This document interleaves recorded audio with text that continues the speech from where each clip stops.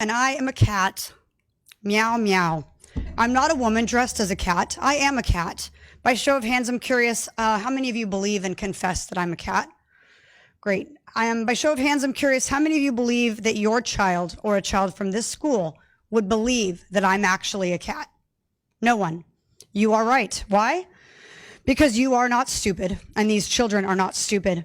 Truth prevails over imagination. Reality exists. Discernment is innate and something we are biologically wired to have. One look at me and you know this to be true. I am a woman posing as a cat. You may also think correctly that if I truly believe I'm a cat, I have a mental disorder. If I suffer from a mental disorder, and if I am unable to discern reality, am I safe to be around children? Would you put me in charge of making critical decisions about the safety and well-being of children and about the direction of their education when I cannot even discern truth from fiction? Confession. I'm not actually a cat, guys, just because I say I am. You've not agreed to or committed to addressing me as a cat simply because I demand it. No tail, whiskers, or outfit makes me a cat, just like no lipstick, high heels, or long hair makes him a man, a woman.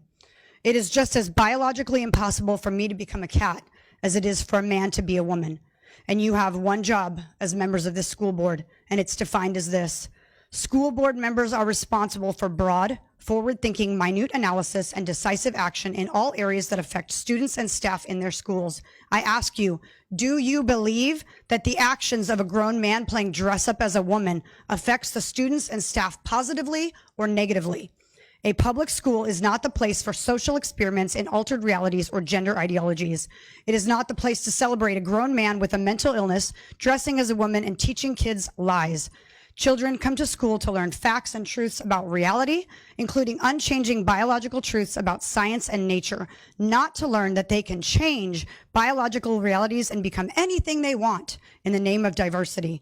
What you're actually doing is worse than just lying to our kids. You're forcing them to be participants in your lie, in your charade. You're forcing them to deny what they see with their eyes, and you're forcing them to speak lies. I ask you again, am I a cat? And if you say no, then the mindset must be aligned with your discernment across the board. By allowing a falsity to be displayed and paraded around the school, you teach children that truth is not existent, facts are not real, and biology is a lie. You fail at your job, your only job, by confusing children and teaching them untruths and to coddle a grown man playing dress up as a woman. If you were to address me as a cat right now, it's as ridiculous as when you say Miss Bixler and a grown man's voice comes thundering over the... Thank you.